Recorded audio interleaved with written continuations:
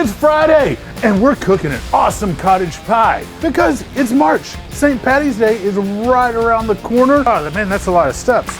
Well, the cottage pie it's kind of a good special Sunday dinner. So join us, and don't forget to like, subscribe, and hit the little bell.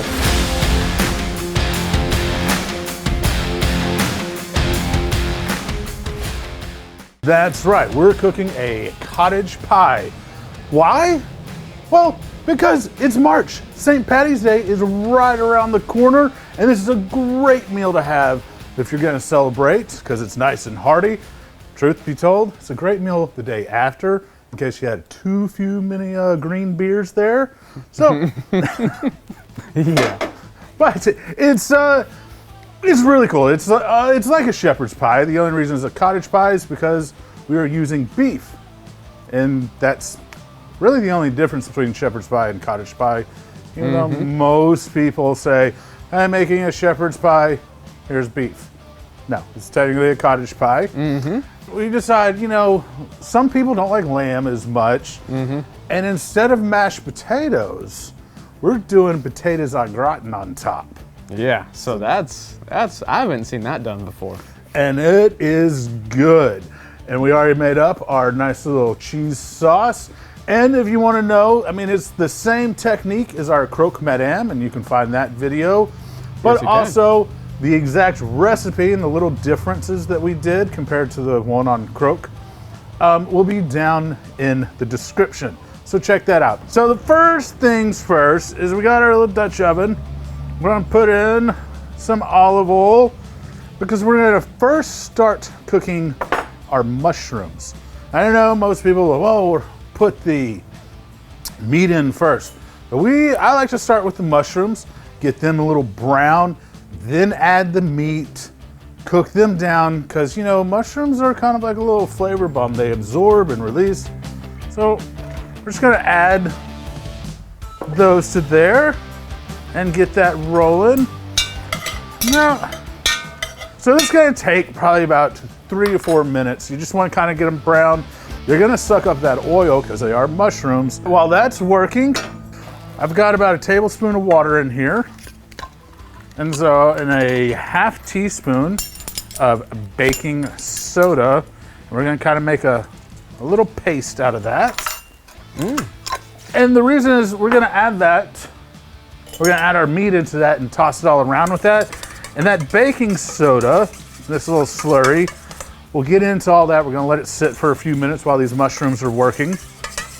But that's gonna help retain the moisture because this is kind of a long cook and you don't want your meat to dry out. Even though it's gonna be sitting in a sauce, it can lose all its moisture and seem like dry. So that's why this little step, I find it to be very important. And just kind of toss it around. And this is, we're using about 1.5 pounds of an 80/20. And I just want to kind of bring it all together. And I find this to be very good. And see, that's it. Easy.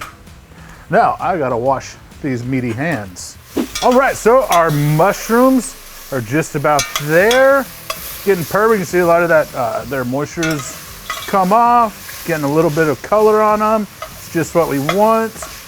Push them over to the side and grab our meat. I'm just gonna throw that guy in there. And now, we're gonna try to brown this up. And now, like I said, we're using an 80/20. And so it's gonna release, there's gonna be a bit of fat in it, and that's fine. Because once this is all done and brown, we're gonna take it and we're gonna strain off all that fat, and then we'll reserve maybe 1 or 2 tablespoons to add back if we need to. So that's just simple. That's the most complicated thing. If you leave all that fat in there, it's gonna have too much and it's not gonna be good. Your sauce is gonna be fatty and broken. So it is important to take the time and strain off the fat and then just add back a little bit of what you need. So this is gonna take probably about 4 or 5 minutes to brown up. So we'll see you when it's all brown. Well, we have already drained all our fat off and we kept a little extra reserve. And And so now we just put the meat and the mushrooms back in. I'm gonna look, I know I need about a tablespoon more worth of fat, because after this, we'll make a roux, and that's really what's gonna thicken the sauce, but that's a later step. Right now, to add some more flavor, because I don't know if you realize, we do like flavor, we're gonna add, well, first we're gonna turn the thing back on. We're gonna add a cup of a good dry red wine. That's just a standard cab, Cabernet. And then to that, we're gonna put in a tablespoon of tomato paste. And this really help kind of make that really good beef umami flavors. And so what you wanna do is you're just gonna take this and you're gonna cook this until all the wine is gone. You're just gonna reduce it all the way down till it's completely evaporated. And that's gonna take about 5 to 6 minutes. So after that, we'll be back after that. After that, we'll be back. Well, our wine is almost all evaporated, which is looking perfect. And I know this seems like, wow, man, that's a lot of steps. Well, the cottage pie it's kind of a good special Sunday dinner. And so it's okay to take the steps. I mean, you're not gonna get flavor out of just 5 minutes. I'm sorry, you're just not. But it's not that difficult. You're just building little layers. And the next layer is our vegetables. Now I took some onion, some carrot, and if you notice, I like to cut big pieces because this is kind of your vegetable, because this is a meal all in itself. And some people cut little tiny ones that just cook away and all you're left is with meat, gravy, and potatoes on top. So I like to know that my vegetables are there. So we added, of course, carrots and celery, your typical mirepoix. And then we're gonna throw in some chopped garlic. Again, I like big chunky garlic chops. And of course, our herbs. Now we did about a couple tablespoons of fresh chopped sage and thyme. And we're gonna throw that in there. This is what really makes it amazing. Oh yeah, those herbs are a nice touch. And then we're just gonna grab about a half teaspoon of truffle salt. I love that little added truffle flavor in there. That earthiness really goes really good with this. And of course, some fresh pepper, about a quarter teaspoon or more if you're me. So now that we have that all in there, this is pretty much it. You're gonna toss this around. Try not to toss it on you. And we're gonna turn this down just a little bit. And now that's the pretty much easy step. Down. I'm gonna take my timer and I'm gonna set 7 minutes. And then I'm gonna partially cover this lid and just kind of let it cook for 7 minutes. And now about 2 times during this 7 minutes, I'll come and kind of give it a little stir. So we will see you after the 7 minutes. All right, our timer has gone off. And of course, we were stirring a little bit in between. All right, that looks perfect. Because the whole point is you don't want to cook the vegetables completely because we're gonna bake this off. So you just want to kind of soften them, especially since I like the thicker cut of the carrots and everything. Now our next step is we are going to add a few tablespoons of just AP flour, because so it's basically to make sure our sauce thickens. So kind of like a roux. That's why we added a little of the fat back in. So. Yeah, it is basically a roux. Yeah. All right, now you just want to stir this around for about a minute or so to coat everything and to give a little bit of a chance so that flour can that raw flour taste can cook out. Although there's so many amazing flavors here, you wouldn't even realize there was flour in it. Yeah, with that little bit of flour, you probably wouldn't taste it, but it's still a good measure anyways. So now our flour mix looking good. Toss in that Worcestershire. Ooh, and that's a good Worcestershire too. Yes, that's that good organic one. It's like you actually really taste flavor. All right, now our beef stock. Get it all in there. There we go. All right. Oh yeah. We went ahead and sliced up our potatoes. And then we're just using a kind of a golden potato. And now we did go ahead and slice them on a mandolin, about an 1/8 inch. And then we boiled some water, put them in the water for 5 minutes, drained them out on a towel and kind of dried them. And then we just kind of covered them with a damp towel. Now you can do this ahead of time, you know, plenty ahead of time, just like our sauce. We went ahead and made up ahead of time so that everything's ready. We're not, you know, again, mise en place. Try to make it as easy as possible. That's true. Especially when it is a lot of steps in the recipe, you really want to try to be like, okay, what can I tackle first? Yep. And the potatoes and the sauce are easy to tackle. Then you can set them aside. Even if the sauce gets cold, you can warm it back up, or you can spread it cold. It doesn't matter, because again, we're going to be baking this off for another 25, 30 minutes. And that means, and that's the beautiful thing about this, you can do this at a campsite. You can do this anywhere, at a road stop. It doesn't matter. You think, well, what about the oven?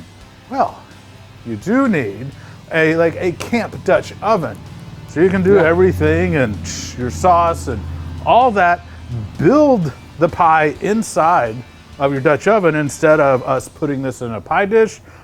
Our next step would just layer our potatoes all right here, cheese, and take that lid, put it on, and put you a bunch of coals on top, and that will cook all it down. So, I mean, sounds like a fun thing to do, actually. yes, it's actually on our next little Dutch Oven Society thing. If we go, we should.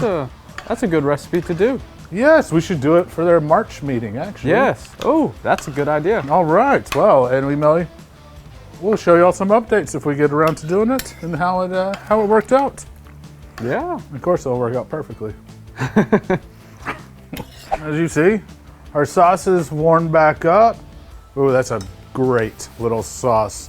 It's super good, Like actually. I said, just go check out the video about the croque madame, and it'll give the technique of making the moiré, but in the description below will be the full recipe if you don't want to do that. Yeah, It's the actual really simple. ingredients. Yeah, because we added a little Irish cheddar cheese with the Gruyere. All right, this looks amazing. So I'm just going to take a scoop to start with to really help, just, you know, cast iron and all this is pretty heavy. And I don't want to dump it all over the place. So we're just going to fill our pie. You mean you don't want to make a mess like I do? Well, yes, I know. It's surprising. Can you believe this guy? All right, that's enough. The leftovers, get some crusty bread and just dip in it. It's a little tip. You cooked it, you get a little extra snack. So now that we're just gonna build basically a potatoes au gratin. Also, a cool thing about this recipe, if you wanna make potatoes au gratin, skip this part and just put it in a little dish, a baking pan, the same process until you get it and bake it off. Yeah. So we're gonna so really you're getting 2 recipes for the price of 1 here. And we're basically just gonna shingle this all the way around. We're gonna try to get at least 2, hopefully 3 layers of this. And then these golden potatoes, if you slice them kind of on their bellies instead of, you'll get nice big pieces and it'll give really good coverage. And don't worry if some of them might break on you, because remember, you're layering it and it's gonna have sauce on top, but you just want to try to get it all, and use the little ones to fill in where you need to. All right, that's our first layer. And we're gonna take our sauce and just put about 2 scoops on and just gently spread it all around evenly. Coat those potatoes with it. There we go. Add a little more there. And so with this amount of sauce, I typically can get 3 layers. Beautiful. You want to get 1 more layer of potatoes and then cover the top with sauce. We're probably going to revisit our shepherd's pie with the au gratin on top. All right. Well, as you can see, there's that. Now we have some more Irish cheddar that we're just gonna sprinkle a nice layer on top. It doesn't have to be completely covered, but you want to get a nice, good little layer. Oh, my goodness, I'm excited. That looks beautiful. Hey, and that's it, guys. Your pie is formed. Ta-da. Now, I'm gonna say, sometimes this can bubble over. That's fine. If you have a big sheet pan, put it underneath so your oven doesn't get dirty, or line your oven with a little foil. You'll see, it does. But I'm gonna be a smarty, and I'm gonna open the oven door first. Because that sauce is hot. And in we go. Close it. And this is gonna cook for, let's say, 25 to 30 minutes, or just until the top is all brown and you see all the bubbling and you know it's ready. So we will see you then. We're back and the pie is out of the oven. Finally, I tell you what, it has smelled so good in here while it was baking. And as you can see, it's all nice and toasty. Well, we went ahead, I pulled it out, let it rest, because when it's first out of the oven, it is still bubbly and gooey. You're not gonna be able to eat that. So we let it rest for a little bit, but now it is time to dig in. I am super excited. I'm so ready. Well, then what are you doing over there? Oh, I'm on my way. All right, well, since we were cooking with a little wine, we can't let it go to waste, so I'm sorry. Yeah, you should be sorry. So, Get us a piece out of here, man. all right, Wow. look at that. Oof. Man. Telling you Look at what, this. that idea of the scalloped potato on the top. Oh, this is gonna be good. Messy. What is the theme for today? Yeah. Oh, I tell you what, now that, That's what I would call a cottage pie. yeah, look at that guy. Well, I need to get a towel and clean that guy up. Ooh. Man. You can smell Pretty crust. It smells awesome. Oh. that. Clean those edges up. Hey, it's cottage pie. It's not supposed to be, this ain't fine dining. It's cottage pie. That's true. It's not. Look. Well, it has the flavors of fine dining. Well, we'll sprinkle it up. A little gold dust. It's St. Patty's Day.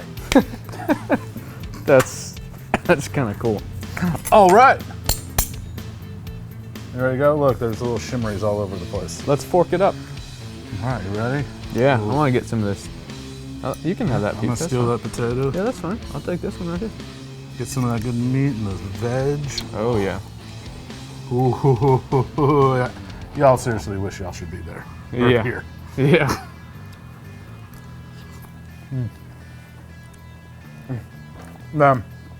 That is one of the best things I've eaten in a long time. Yeah, this is one of the best like cottage pie, you know. The meat mixture and Yeah. so good. Having real vegetables Like chunks of veggies in there. are in there that have their own flavor, from the carrots to the sweetness, the mushrooms, everything. All It of it. works so beautifully. The Au Gratin potatoes on top, that Mornay sauce. Oh my Oh. goodness. I mean, The Mornay this, sauce is awesome. this takes any cottage pie to about 20 different levels. Mm-hmm. And so I know it seemed like a lot of steps, Which, you know, but the payout is totally worth it. Yeah. That's what we want. Oh, yeah, needed something to wash that down with. Ooh. but you have got to make this. Yeah, no kidding. This And is, we have got to do the shepherd's pie like this. yes. We got Oh, to. I agree. We're going to change up. This is a new thing. That, Yeah. you see just how, I mean, that's heaven. That's heaven. Mm-hmm. All right. Yeah. And it's so cool. And we're going to try it out at the Dutch Oven Society. So Yeah. to say that you can do this anywhere, it's really You awesome. can. You can. Well, join us next Friday for another awesome recipe. Yes. I can't remember what it is, or I would tease y'all with it, but oh well. You will see it next Friday. Yes, and indeed. you could see a teaser on our Instagram. That's right. Yeah. Yeah. At some point in time. I don't know when. But Yeah, you might. You might not. You might see a teaser for the following week. You never know. yeah. So until next Friday, remember, keep camping and keep cooking. Yeah.